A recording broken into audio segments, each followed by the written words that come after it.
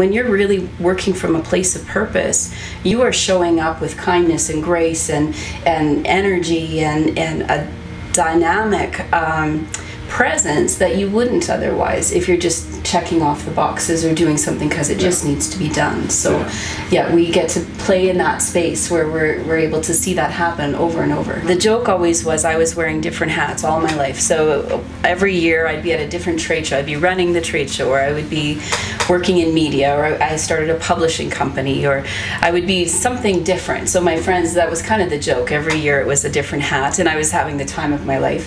But went through quite a crisis actually in my life, and ironically it was in the middle of that crisis that I had lost my voice previously, and starting the business, when I really sat down and I said, what am I about? What is my purpose? Why am I here? What matters to me? And it all folded into, at the time, it folded into this beautiful package of a business. And when I started, it was Candy Consulting at the time, and it was marketing, communications, and events for me was the best way I could express who I was, and it was incredibly scary. In that, I actually wrote an article once, in that cold of what that was for me, that winter, you know, even emotionally, all of those pieces, I felt I was so grounded in this decision. And ever since then, that was 11 years ago, I feel like we're just getting closer and closer to who I am. And like you would probably know, Richard, it's not a one and done. You don't kind of put your stake in the ground and say, this is what I'm going to do, this is who I am and how I'm going to show up, and then now you can just do that for 30 years. There is a process of growth and embracing things, the difficult and the joyful, and all the people in the middle of all of that. So what an incredible journey it's been. And then Jen came on with me 5 years ago, and just so incredibly aligned in how we work. So it's just been an expression. Jen and the team and our clients that we work with are part of the journey, and that's what honestly for me gives it purpose every single day. Yeah, no, I'm on the same. I think a lot of people start with some sort of, not maybe trauma or some sort of major life crash. But I had always been an entrepreneurial type. I've always been one to not like having a boss. She likes me sometimes. I like Lisa very much. Lisa and I, but we don't have this boss relationship. We're very much a Betty and Veronica. That's kind of our running joke. So, and that's good. It works. It's it totally works. And but the thing is that the way that Lisa works is that she. And anyone that knows her, and I'm going to just brag about you a little bit, anybody that knows Lisa is somebody that will know how giving and like just she'll allow you to be you. And having had, and you've always done that for me. And you know, one time she asked me, why do you keep coming back? You know, because I was volunteering forever, and you know, we just like the work was hard, and sort of we went through a struggle even in Candy trying to figure out who we actually were. I think until last year when we finally said, like, it was like the light bulb was like, oh my God, this is who we are. We're strategists. We're not event planners. We're not checkbox people. You know, we make the plan for the entire year, and it makes sense. And when that happened, like everything, right?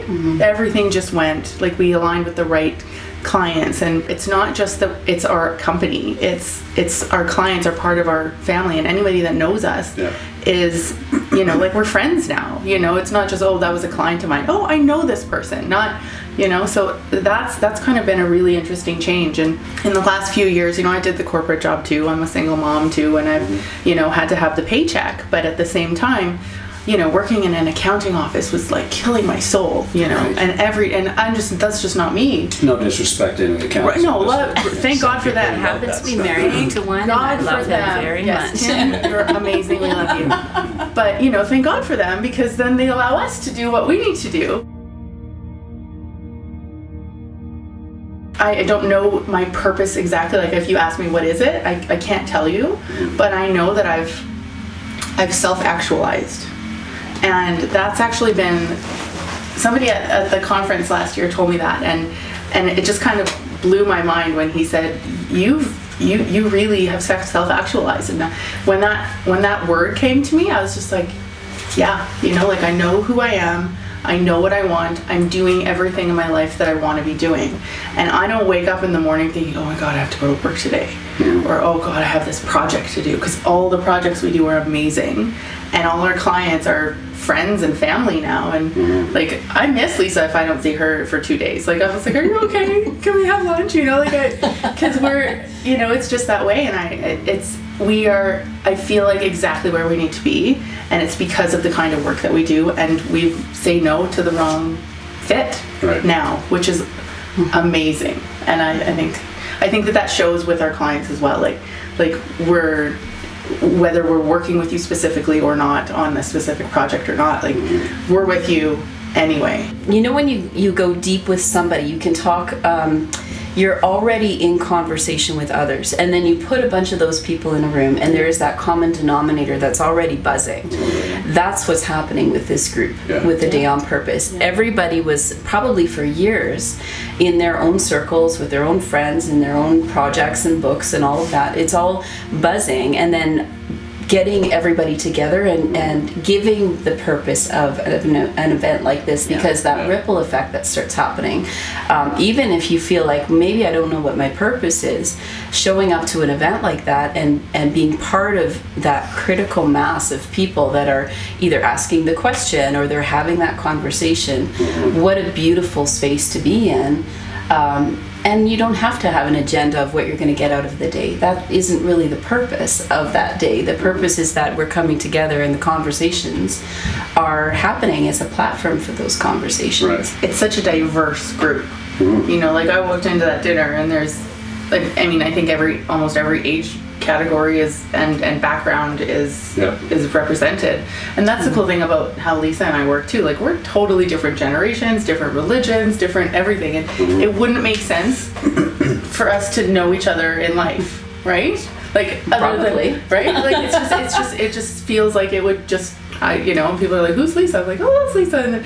But then it's just one of those things where when you have a common something, when you have a common goal, when you have a common even idea, you don't have to have the same experiences, because we don't. Everyone at the table comes from somewhere else, but we're all connected in one way, which is so cool to see. You know, I've always thought my purpose, I'm a mom, and that's my first held highest value. So everything that I build my life around is around my kids, my work schedule, everything I do, like my bank account, everything is around my children. Even today after this hockey tournament. So it's just one of those things that I feel like that's who I really am, and maybe I don't understand the actual word, what the definition of that is, but in terms of self-actualization, I know exactly that I'm in the right place, because everything I'm doing and the people that I'm surrounding myself with are aligned with who I am. There's no, and then when I start to feel, you know, you start to feel like if you meet somebody, or if you have a conversation, or you get a client, or you're like, oh, something doesn't feel right, those things yell at me now, which they never did before. And I would just make excuses for, oh, they're tired, or they can't afford it, or you know, whatever it is, they don't have the time. But everyone has the time, everyone has the ability to do and prioritize.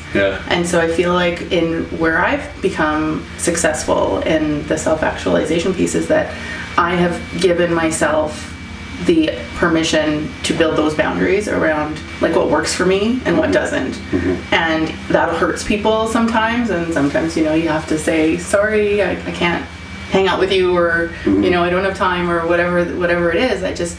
You place those boundaries, and then you realize that you're growing, and that you're happier and your life is better. And we've done that with potential clients. We've done that with places we've worked, like space, time, everything.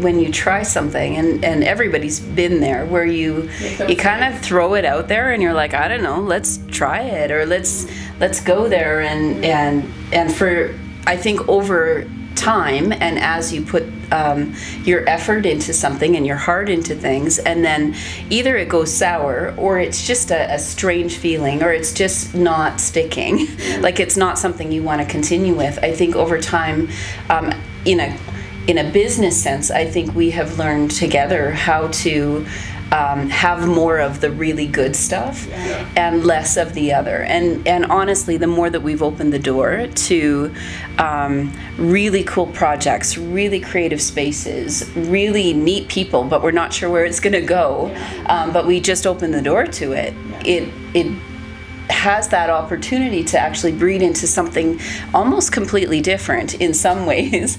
But because we look at long-term with clients, it's also a growing period. So if it feels right, if there's something about, like, I've always worked very much on my intuition around what I'm accepting and what I'm not, and it becomes a bit of a rhythm. And actually I just chose my word for 2020 is rhythm, and it feels so good to me because I just know that there's going to be this a cadence to what we do, that just, and not that we won't meet new people and have new projects, and that's part of the fun, but just knowing that we've gone through a lot of hard knocks with different people and different projects, that it just doesn't feel like we want to continue, or it's not aligned with either us as a company or us, one of us individually.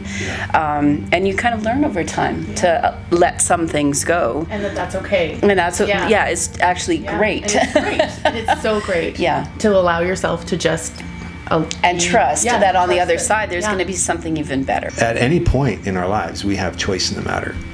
And that I really got clear out of this podcast. So thank you so much for representing that to me and to everybody that's listening. So this is all in building up some anticipation around the first ever Day on Purpose conference that's happening in January here in Calgary.